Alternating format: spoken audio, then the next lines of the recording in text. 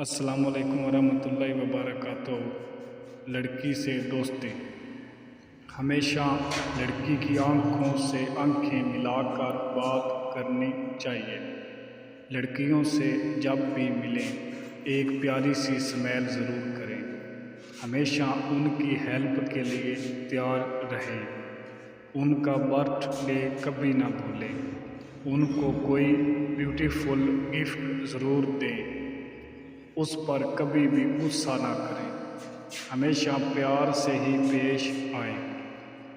लड़कियों शायरी पसंद करती हैं, इसलिए अक्सर उन्हें उनकी खूबसूरती पर कोई शायरी सुनाते रहें।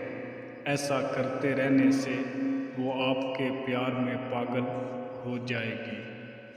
अगर आप एक ही क्लास में हैं तो उनको स्टडी में या नोट्स बनाने में हेल्प करते रहें। ऐसा करने से आप उनके दिल में और भी करीब हो जाएंगे। कुछ दिनों में वो आपके कदमों में होगी। वीडियो अच्छी लगी तो लाइक करना, शेयर करना, मेरे चैनल को सब्सक्राइब करना।